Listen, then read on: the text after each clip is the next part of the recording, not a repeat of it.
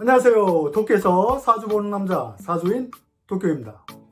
역학을 공부한 사람이나 공부하지 않는 사람 누구나 한 번쯤은 들어본 말이 있습니다. 올해는 망신살이 뻗쳤으니 조심해. 팔자에 역마살이 있어서 돌아다니는 거야. 도화살이 있으니까 화류계로 간다느니 말이죠. 대부분 일반인들은 살, 그러면 왠지 어감상 거부감이 많이 느끼실 거라고 생각합니다. 하지만 사주명리학의 이 살, 즉 신살은 나쁜 것, 좋은 것 이렇게 극단적으로 생각하지 마시고 사주팔자를 더 자세하게 들여다볼 수 있는 중요한 수단이자 도구로 봐주시면 좋겠습니다.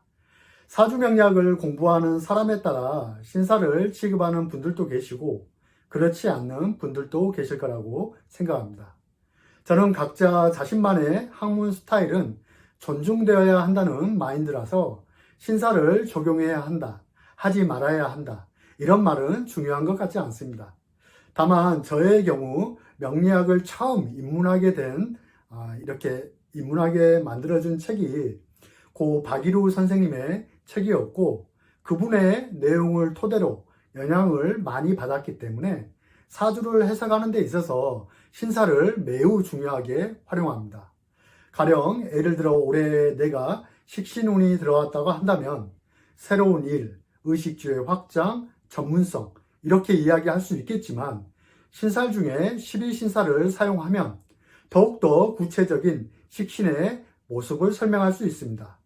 가령 식신에 역마살이 들어와 있다고 한다면 새로운 일을 하기 위해서 내가 먼 곳을 출입하게 되거나 혹은 의식주의 확장, 변경 등을 위해서 이사나 이동수가 있다 이렇게 역마살을 활용해서 해석할 수 있는 것이죠. 오늘은 신살 중에서 12신살, 천살을 알아보려고 하는데요. 12신살은 삼합에서 나온 것이므로 삼합을 우선 알아야 합니다. 그래야 12신살을 이해하는데 도움이 됩니다.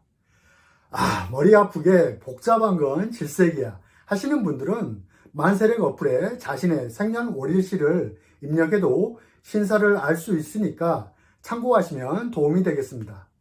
자신의 띠를 기준으로 해서 일지를 기준으로 해서 일간을 기준으로 해서 보는 법들이 다양한데요.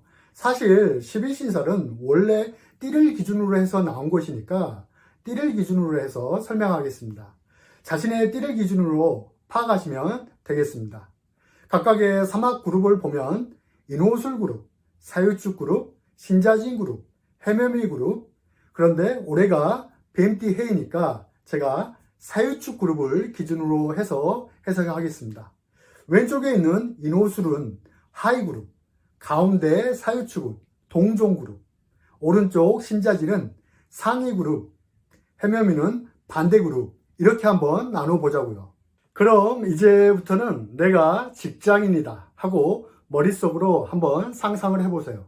뱀띠, 닭띠, 소띠를 기준으로 말씀드리면 사유축은 직급이 대리, 하이그룹, 인호술띠는 나보다 하이그룹인 일반 사원, 신자진은 나보다 상위 그룹이니까 과장이나 부장, 그보다 더 높은 임원이나 회장님, 해묘미는 내가 회사에서 퇴직당한 모습이나 나에게 항상 태클 거는 반대 그룹이라고 생각해 주세요.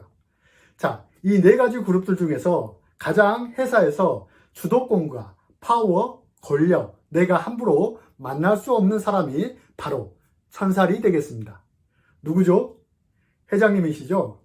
상위 신자진 그룹에서도 진토가 사유축 띠들에게는 천살이 되는 것입니다. 즉 12신살은 결국은 주도권 싸움이라고 봐주시면 이해가 되겠습니다. 그래서 자신의 띠를 기준으로 상위 그룹 맨 끝에 있는 글자, 대체로 진술축미가 천살에 해당된다고 보시면 되는데요. 인호술 띠는 축토가, 신자진 띠는 미토가, 해묘미 띠는 술토가 천살이 되는 것이죠. 천살, 하늘의 신살이니 이름부터가 애사롭지 않습니다. 내 사주 원국에 천살이 있다면 또 운에서 천살을 만나게 된다면 어떠한 작용력이 있는지 한번 알아보겠습니다. 천살은 앞서 말씀드린 대로 나보다 신분이 높은 존재입니다. 회사에서는 회장님, 조선시대에서는 임금님 같은 존재입니다. 그래서 내 사주 원국에 월지에 천살이 있게 되면 사회적으로 나보다 신분이 높은 사람들이 있다고 봐도 됩니다. 그러다 보니 자신도 언젠가는 저들처럼 신분 상승에 대한 생각이 많은 사람들입니다. 좋게 말하면 명예심이고 나쁘게 말하면 아직은 지지의 뜻을 펼칠 수 없으니까 하늘의 뜻을 두고 있는 상태로 너무 이상적인 것에 치우치거나 폼나는 생활에 매달려 현실성이 없는 삶을 사는 경우가 있게 됩니다. 월지, 사회자리, 부모자리에 천살이 있게 되면 대체적으로 언행을 함부로 하지 않고 명예적으로는 상당히 긍정적인 모습이 많습니다. 다만 세상 물정에는 어둡습니다. 회장님이나 임금님이 언행을 함부로 합니까? 아니죠. 그리고 드라마를 보면 임금은 좋은 수라상에서 식사를 하십니다. 하지만 백성은 조촐한 상차림에서 식사를 하기 때문에 임금의 눈에 봤을 때는 이 세상 돌아가는 물정에는 약한 게 특징입니다. 그래서 월지에 천살이 있게 되면 세상 물정에는 다소 약한 면이 있습니다. 사주팔자는 연, 월, 일시, 나이에 따라 궁성작용이 나타나기 때문에 월지에 천살이 있다는 건 왕이나 신분이 높은 사람이 지나간 흔적이 있다는 의미입니다. 그러다 보니 남들보다 다소 출세가 늦어질 수 있어도 그만큼 늦은 나이에도 불구하고 반드시 신분 상승이 일어나는 것이 천살의 작용입니다. 예를 들어 오랜 기간 무명 생활을 걸어가고 있다가 늦게서야 일약 스타가 되는 연예인처럼 말이죠. 그렇다 보니까 월지에 천살이 있게 되면 처음에는 고난과 역경이 많습니다. 회사 회장님이나 임금님 같은 존재가 내 청년기에 떡하고 버티고 있으니까 손발을 자유롭게 움직일 수 없는 갑갑하고 답답한 시절을 보내기도 합니다. 심한 경우는 손발의 마비처럼 건강상의 문제가 초년에 찾아오는 이유가 여기에 있는 것입니다. 뭔지 모르게 초년 청년기 시절에는 가늘어 보이고 왠지 왜소해 보이고 화약해 보인다고 할까요? 즉 육체적인 건강한 모습은 아니거나 좀 아팠던 시절이 있다고 봐주시면 되겠습니다. 그래서 주로 정신적인 능력을 쓰는 직업을 많이 갖게 됩니다. 예술 분야, 종교 분야, 철학 분야, 교육 분야, 기술직으로 간다고 하여도 내 이름값, 즉 네임밸류가 높은 직업으로 갈 가능성이 큽니다. 일지와 희지에 천살이 있게 되면 어떻게 될까요? 이 부분은 비유를 통해서 말씀드리면 이해하기 쉬우실 텐데요.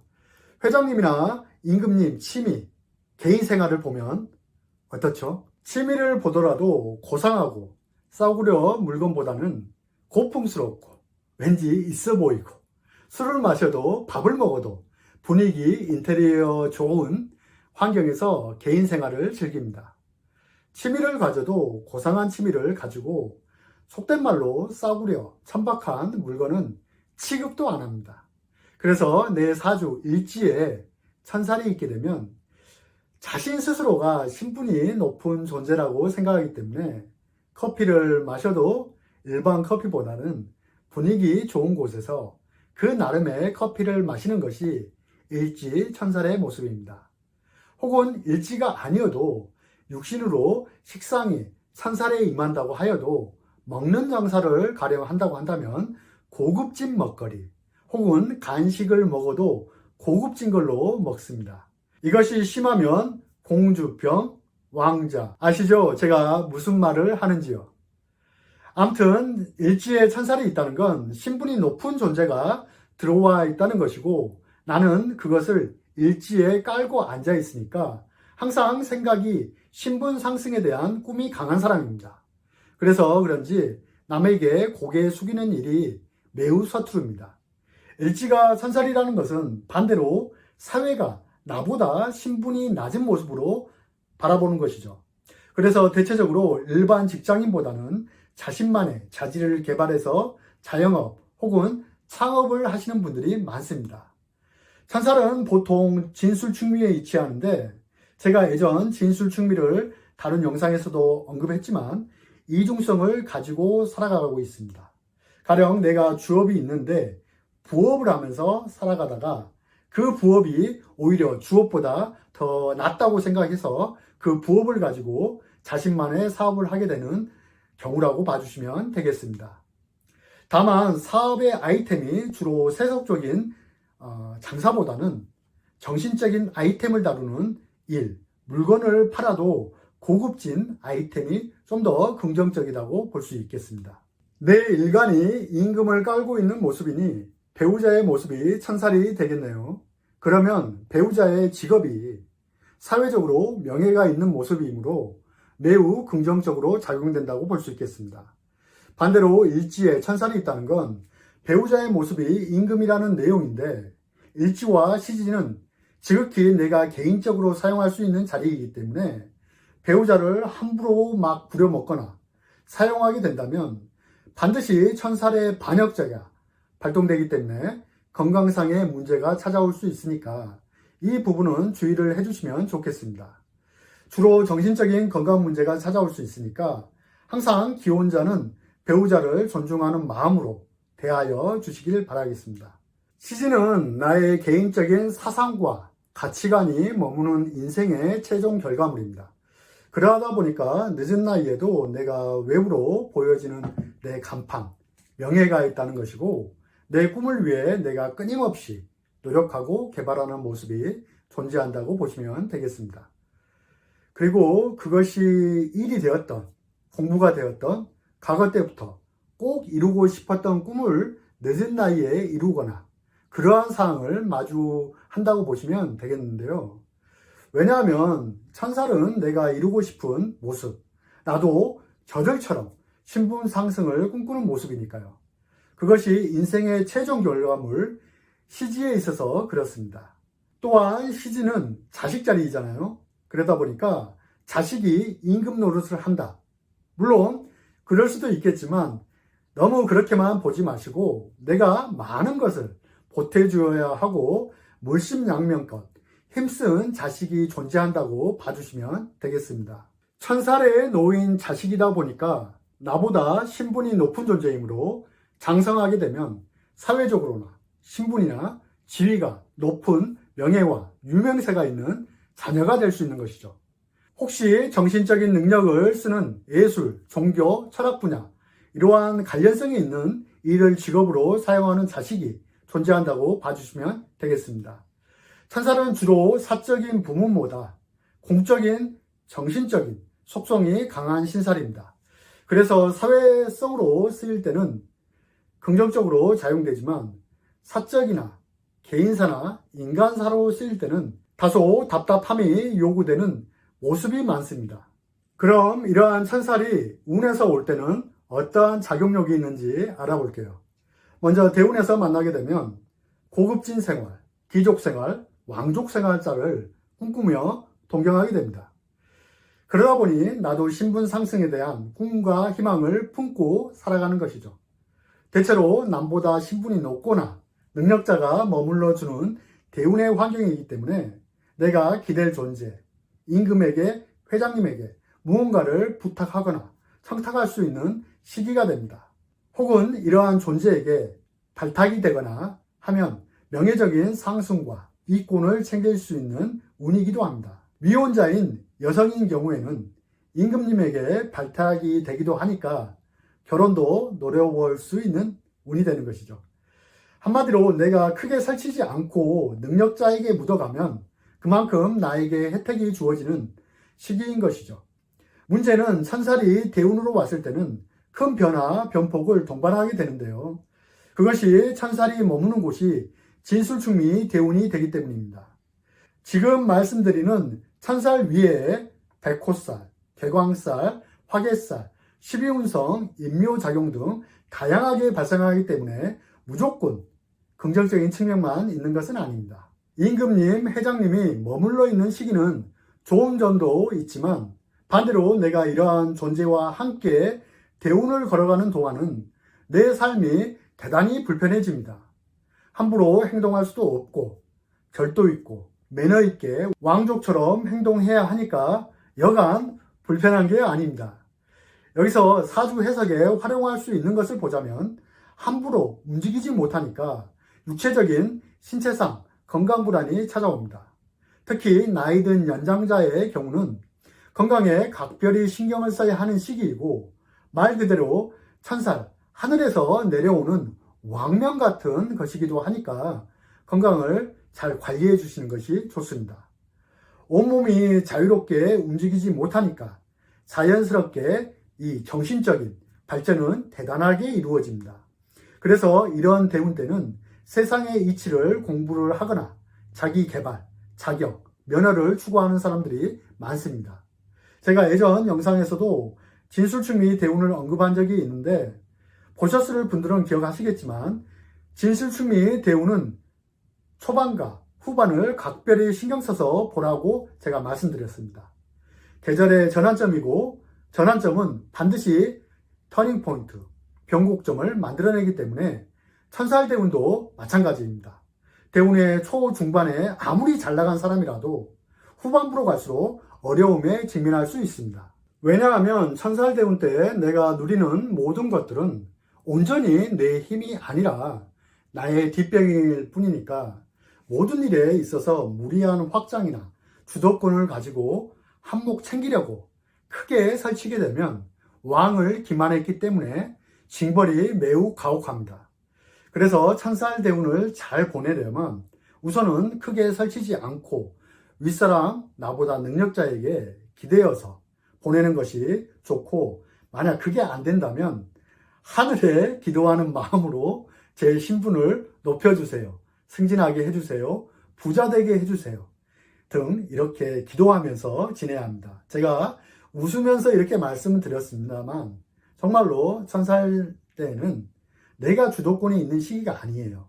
그렇기 때문에 내가 주도권이 없는데도 불구하고 크게 설쳐서 뭔가 일을 벌리지 않는 게 좋습니다. 그런데 이것을 하늘에 빌 때 그냥 쉽게 되는 건 아니지 않습니까? 노력을 해야겠죠.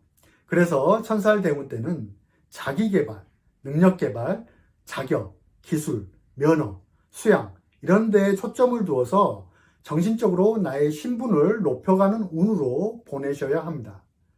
절대 세속에 찌들어서 일확천금이니 돈을 따라가면 천살의 부정적인 면이 바로 작동된다는 사실을 기억해 주시면 좋겠습니다. 여러분, 우리 인간이 하늘은 이길 수는 없어도 하늘을 향해 기도를 할 수 있다는 점은 절대 잊지 마시길 바라겠습니다. 세운에서 들어올 때도 대운과 큰 차이는 없지만 세운에서 천사를 만나게 되면 우선은 임금님, 회장님 같은 분을 만나기 때문에 꼼짝 못하게 되는 상황이 발생합니다. 임금님을 처음 만날 때는 영광이라서 좋았겠지만 떠날 때가 되면 불경죄로 큰 곤욕을 치를 수 있습니다. 작년 2024년 갑진년 뱀띠, 닭띠, 소띠에게는 진토가 천살입니다. 상반기에는 좋았다가도 하반기에는 반드시 명예적으로 실추된 사건이 동반될 수 있는 것이죠. 그래서 무언가 새롭게 진행을 할 때 정신적으로 답답함, 갑갑함이 많이 나타나게 됩니다. 더불어 인간사에서 오는 배신감, 회의감, 허탈감 등이 나타날 수 있는 시기가 됩니다.